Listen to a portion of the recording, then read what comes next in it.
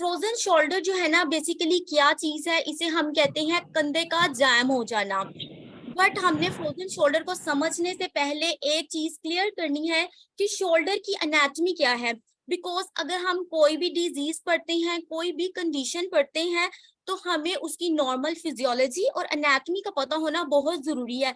फिर इस तरह क्या होता है कि आप एक चीज को, एक पैथोलॉजी को बहुत बेहतर तरीके से समझ सकते हैं।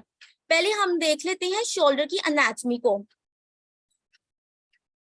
शोल्डर जो देखा जाए, हमारा हेड ऑफ ह्यूमरस, ये आपको नजर आ रहा है, ह्यूमरस के हेड और ग्लिनोइड कैविटी ऑफ स्कैपुला से मिलकर बना होता है। जो हेड ऑफ ह्यूमरस है ना, यहाँ पर एक इंटरेस्टिंग चीज है कि हमारा 3 टाइम्स लार्जर होता है ग्लिनोइड कैविटी से। अब हमारे ये, आप इसका जो इंटरनल स्ट्रक्चर खोल के देखें ना, ये ग्लिनोइड कैविटी है और इसके अराउंड आपको ये कलर में नजर आ रहेगा, green and sky blue colour में नजर आ रहा है एक पोर्शन। इसे हम कहते हैं कैप्सूल। जो ग्रीन कलर है, ये हमारी आउटर लेयर शो कर रहा है कैप्सूल की। कैप्सूल की हमारी 2 लेयर्स हैं। आउटर जो है फिब्रस लेयर से मिलके बनी है, जबकि जो इनर लेयर है ना हमारी, वो साइनोवियल मेम्ब्रेन से मिलकर बनी होती है। साइनोवियल मेम्ब्रेन बेसिकली क्या करती है कि हमारे साइनोवियल फ्लूइड को भी प्रोड्यूस करती है। ऐसा रिजल्ट क्या होता है कि हमारे शोल्डर को लुब्रिकेशन प्रोवाइड करती है। हम जो भी शोल्डर की मूवमेंट करते हैं तो फ्रिक्शन नहीं होती, रगड़ नहीं होती, हमारा जो जॉइंट है इजिली मूव कर सकता है। ये थी हमारे पास शोल्डर की एक normal anatomy. But frozen shoulder के केस में क्या होता है?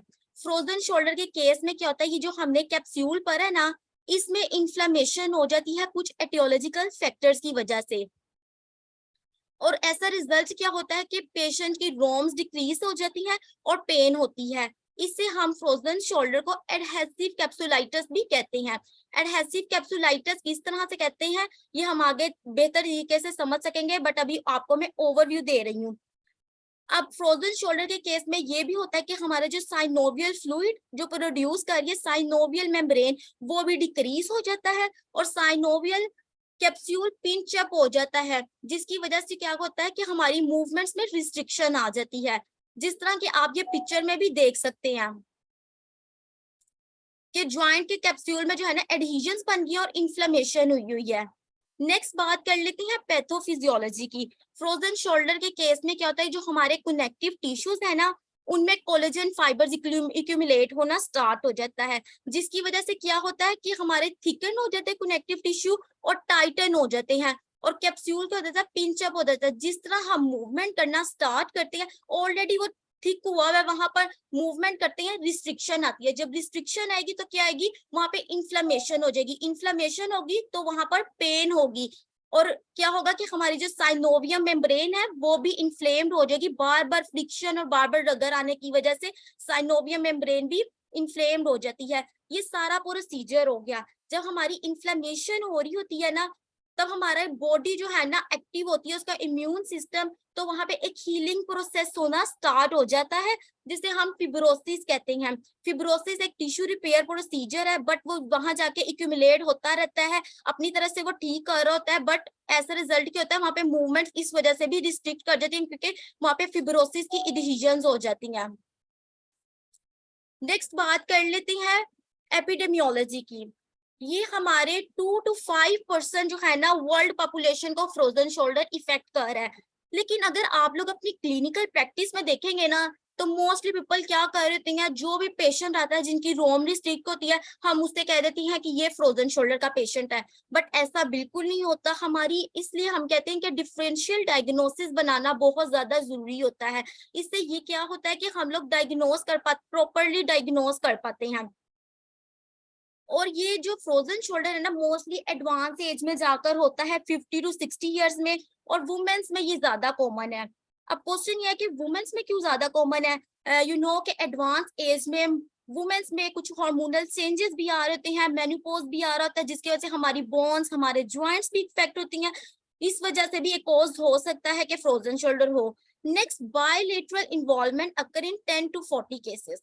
बायलेटरल इन्वॉल्वमेंट का क्या मतलब है कि हमारे दोनों शोल्डर के ज्वाइंट इफेक्ट हो रही हैं। बट मोस्टली जो है ना यूनिलेटरल ही केस हमें देखने को मिलता है, सिर्फ एक ज्वाइंट ही हमारा इफेक्ट होता है। बायलेटरल बहुत ज्यादा रेयर है, 10 to 40% आपको केसेस जस्ट देखने को मिलेंगे।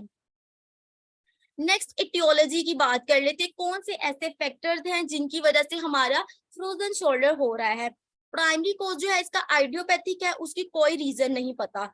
सेकेंडरी कॉजेज में क्या है कि कोई इमोबिलाइजेशन होगी या ट्रॉमा हो गया।